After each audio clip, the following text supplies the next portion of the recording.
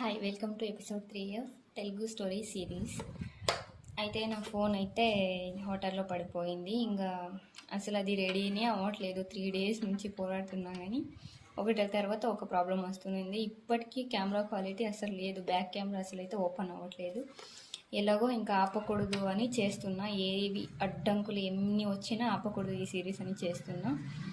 ఒక middle class అమ్మాయికి content creation ఇష్టం ఉండి ఉన్న ఒకే ఒక సోర్స్ ఫోన్, అది కూడా ఇలా అయిపోతే అసలు ఆ పెయిన్ మిడిల్ క్లాస్ క్రియేటర్స్కి మాత్రం అర్థమవుతుంది.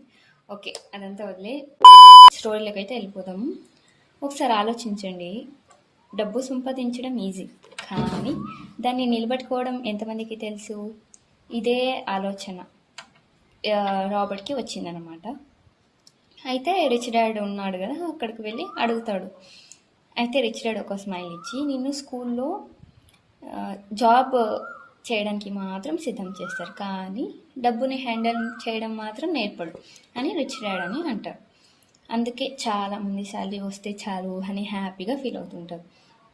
ఎందుకంటే వాళ్ళకి ఈఎంఐ బిల్స్ అన్నీ కట్టాలి కాబట్టి. ఇంకా బిల్స్ అన్నీ కట్టి లాస్ట్ మంత్ ఎండ్లో డబ్బు ఉండవు. అప్పుడు ఫ్రెండ్ని ఒక 500 కొట్టు అని అడుగుతూ ఉంటారు. దీన్నే ర్యాట్ రేస్ అని అంటారు. దీని నుంచి బయటపడడం ఒకే ఒక మార్గం ఉంది. అదేంటంటే ఫైనాన్షియల్ ఎడ్యుకేషన్. డబ్బు ఎలా వస్తుంది, ఎలా పెరుగుతుంది, ఎలా కాపాడుకోవాలి, ఇది తెలిసి ఉంటే మాత్రమే లైఫ్లో సక్సెస్ అవ్వగలం. అండ్ ఇదే రిచ్ డాడ్ రాబర్ట్కి చెప్పిన పెద్ద లెసన్లో ఇంకొక లెసన్. నెక్స్ట్ ఎపిసోడ్లో అసెట్స్ అండ్ లయబిలిటీస్ అంటే ఏంటి అని ఒక ఎగ్జాంపుల్తో మీకు అర్థమయ్యేలా చెప్తా. ఫాలో అవ్వండి. Until then, bye.